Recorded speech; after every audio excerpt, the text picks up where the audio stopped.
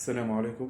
انا اليوم سامحوني عم نحكي بشويه غش، لكن يلزم الميساج يوصل لتوانسه لكل مره اخرى.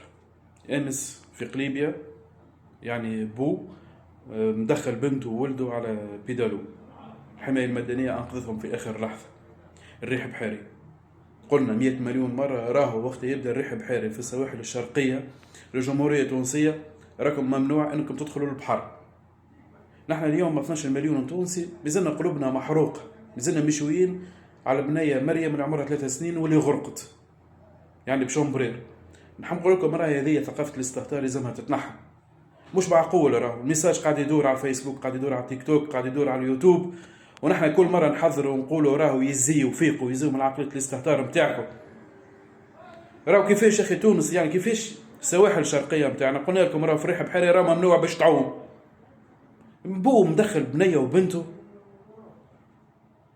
يعني الحماية المدنية في آخر لحظة كانوا نجموا 3 يموتوا من التعب، انك مجرد انك تبلع الماء. راهو الشيء اللي قاعد يصير شيء غير طبيعي. راهي النيابة العمومية يلزمها تتدخل، وانا دعوة للسيد رئيس الجمهورية والسيد وزير الداخلية، يلزم النيابة العمومية تتدخل ويلزمها تفتح تحقيق في حالة الاستهتار اليوم اللي قاعدة يعني توصل توانسة للموت بطريقة غريبة. يعني نحن قلنا راهو الاستهتار بحيث توانسة ممنوع. الاستهتار كيفاش تدخل انت في نهار بحيري؟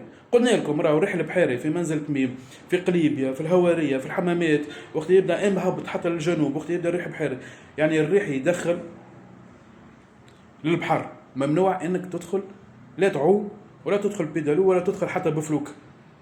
امس في سوسه حبينا نعملوا جوله على لي باتو بيرات، صدر قرار من حرس البحري قال لك ممنوع اي باتو يخرج للبحر، فما ريح هايش ونخافوا على صغيراتنا. الجميع التزم. زاد نحن اليوم في الوطن القبلي نحب نقولها، راهو اي انسان عنده بيدالو وحب يكريه يزمو يشد الحبس، يزمو يتعدى على النيابه العموميه. وقت يبدا الريح بحاري وانت تكري بيدالو معناها انت تحب تقتل الناس. هذا يزمو يتوقف الشيء هذا.